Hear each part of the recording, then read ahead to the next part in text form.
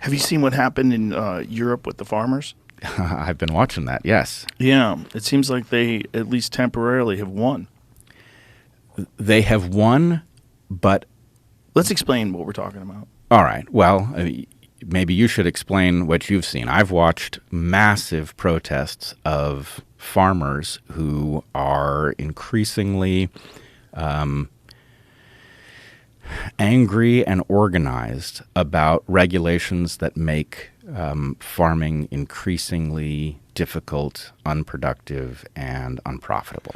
If I was a conspiratorially minded person, what I would say is what they're trying to do is take over these farms. And the best way to do that is to enact legislation and rules that limit their profitable. Well, first of all, farms are always very difficult to run. They're very difficult to maintain profitability. They struggle. And it's a terrible shame that the people that provide us the thing that we need to survive, ultimately food, that we've done something to these people to make it more difficult for them to do it while it's already insanely difficult. It requires incredible hours, incredibly difficult, highly stressful. There's so many moving pieces just to provide food for all these people.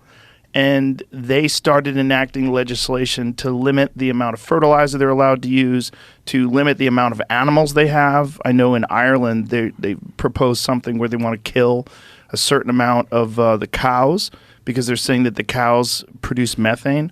It's fucking insane. It's not scientific. It's not something voted on. It's not something agreed upon by scientists, biologists, certainly not debated when you're talking about regenerative farming practices, like people that have provided significant options for farming the way, like whatever the issues that they have, where they can actually sequester carbon in the soil and make these farms carbon neutral. It's been demonstrated. It's not theory.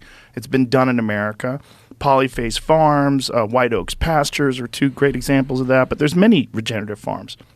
It can be done. And for whatever reason, they have decided to enact these harsh limitations on these farmers' abilities to provide food for people. Cynically, when I look at something like that, I'm like, I think what they would do is do that, cripple the farmers' ability to make money. The farms go under. They take over. They control the food supply. Right. And I hear you working overtime not to see what's in front of you, and I agree. I'm just being fair. Yeah, I'm just making it as I'm trying to steel man it as much as possible. Right, but if you take the objective of the game as profit, it's not exactly clear what the end game is. If you take the objective of the game as power and control, yeah, then it's pretty clear. That's the best way to control the food supply. I mean, you just put the farmers out of business. Who's going to challenge you right. if their ability to eat requires them to embrace whatever nonsense you're feeding them? And all you would have to do is start some sort of famine and just make it very difficult for people to get food, and people panic. And when people panic, especially people with limited resources and limited financial ability, they concede.